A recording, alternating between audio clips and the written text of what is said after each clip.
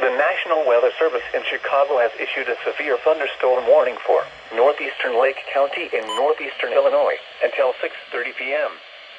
At 6:06 p.m., a severe thunderstorm was located over Beach Park, or over Zion, moving east at 45 miles per hour.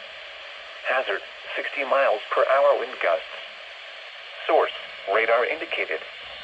Impact, expect damage to roofs, siding, and trees. Locations impacted include Waukegan, North Chicago, Gurnee, Mundelein, Round Lake Beach, Zion, Grays Lake, Libertyville, Antioch, Lindenhurst, Beach Park, Gages Lake, Park City, Round Lake Park, Winthrop Harbor, Grandwood Park, Green Oaks, Wadsworth, Venetian Village, Third Lake, Old Mill Creek, and Russell. For your protection, move to an interior room on the lowest floor of a building. The